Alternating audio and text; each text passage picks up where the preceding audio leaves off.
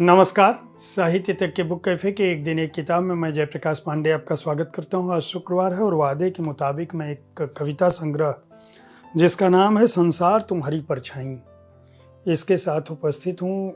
विपिन चौधरी इसकी रचनाकार हैं। विपिन के अंधेरी के मध्य से, एक बार फिर, नीली आंखों में नक्षत्र, ये 3 कविता संग्रह इससे पहले प्रकाशित हो चुके हैं। कहानी संग्रह बटौड़ा के नाम से प्रकाशित हो चुका है।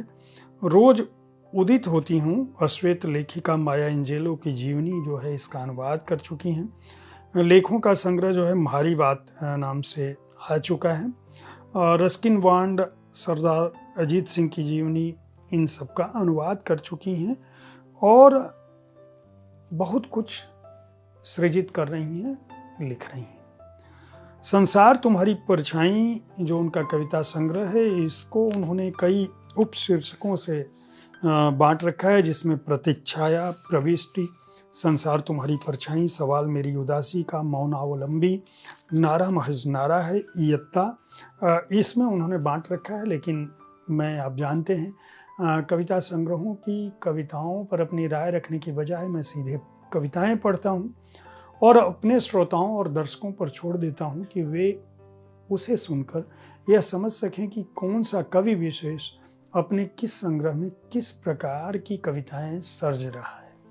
तो मैं इस संग्रह से भी कुछ कविताएं आपके लिए पढ़ता हूं। पहली कविता जो मैं यहाँ से पढ़ रहा हूँ उसका शीर्षक है बारिश के पाँव। ये इस श्रृंखला की तीसरी कविता है, बारिश से जुड़ी हुई। क्या आपने देखा है बारिश में वस्तुओं के आकार का बदलना, या बारिश के खूब दूर तक जाते पांव देखे हैं? मैंने देखा है इस मौसम में अपने मन के क्षेत्रफल को दूर तक फैलते हुए। आत्मा की सतह पर हर संभव फैलती याद की एक नीली नस भी इसी मौसम में उभरती देखी है मैंने। बाज आई मैं बारिश के इस मौसमी फैलाव से, इस नीली नस की पीड़ा से। इसके लिए तो नहीं करती थी मैं हर बार बारिश का इंतजार। एक दूसरी कविता में पढ़ रहा हूं, उसके दुख। हालांकि ये भी इस श्रृंखला की तीसरी कविता है। वह मेरे करीब अकेला नहीं आया था, उसके साथ उसके दुख भी आए थे। वह मेरे करीब अकेला नहीं आया था, उसके साथ उसके दुख भी चले आए थे।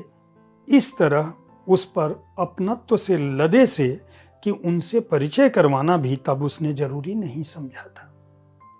शुरू में उन अजनबी दुखों से निबाह थोड़ा मुश्किल लगा, अब नहीं। अब तो उसके सभी दुख मेरे साथ कुछ ऐसे घुल मिल गए हैं जैसे अपनी आज तक की उम्र में उसके दुख ही मेरी गाढ़ी कमाई का हिस्सा हो।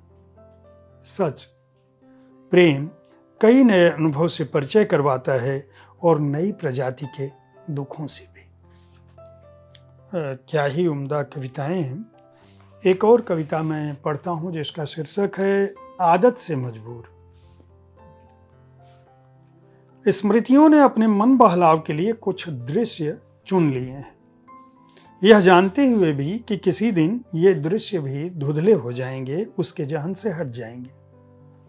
मेरे करीब स्मृतियां जैसी लचीली सुविधा नहीं है। मुझे अपनी सबसे हसीन स्मृतियों को बहा देना पड़ा है।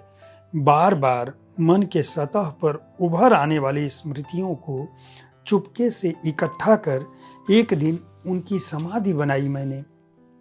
अपनी स्मृतियों को नजर लगने का खतरा मुझे परेशान करता है। स्मृतियों पर किसी तिलस्म से असर होने की बात भी मुझे व्याकुल करती है। इसी बीच मैंने अपनी एक पुरानी मगर प्रिय स्मृति को अलविदा कह दिया है। मगर यह तय है, मैं समेटती रहूंगी स्मृतियां, जल में बहा देने के लिए, उनकी समाधि बना देने के लिए। अब यह मेरी दिनचर्या का एक सहज काम बन गया है। और चौथी कविता, हर संग्रह से मैं 4 कविताएं पढ़ता हूँ। विपिन चौधरी का जो संग्रह है संसार तुम्हारी परछाई, इसकी भी चौथी कविता में पढ़ने जा रहा हूँ जिसका शीर्षक है समय से साथ निखरती स्त्री। बीत रहा है समय, ऐसे में एक स्त्री बरत रही है समय को कुछ ऐसे कि वह बाहर भीतर से बेहद खूबसूरत हो चुकी है। उसकी आत्मा का आयतन ले रहा है अब अधिक विस्तार। उसकी बड़ी सी गोदी में सिमटने लगी हैं मोहल्ले के ढेरों बच्चों और जवान होती लड़कियों की चिंताएं। उसकी लोरी की सुरीली आवाज कानों में छेड़ देती है कई सरगम। उसकी समृद्ध मुस्कुराहट से होने लगे हैं कई उदास हृदय तृप्त। आंखें उसकी इतनी सजल, उनमें झांक कर उसकी फाहे सी रूह की थाह पाई जा सकती है। जीवन की ढेरों परेशानियों को परे सरकार कर झुर्रियों में सौंदर्य का प्रतिमान रचती हर स्त्री को समय रहते पहचान लेना भी क्या कम सुंदर नहीं। वाणी प्रकाशन ने इस संग्रह को प्रकाशित किया है। मूल्य 225 रुपए है और पृष्ठ संख्या है 148। कविताओं पर आधारित हमारा यह कार्यक्रम उम्मीद है पसंद आया होगा। अगर कविताओं के बारे में आप जानना चाहते हैं तो हर शुक्रवार को मैं इसी जगह इसी समय उपस्थित होता हूँ। देखते रहिए हमारा कार्यक्रम। धन्यवाद।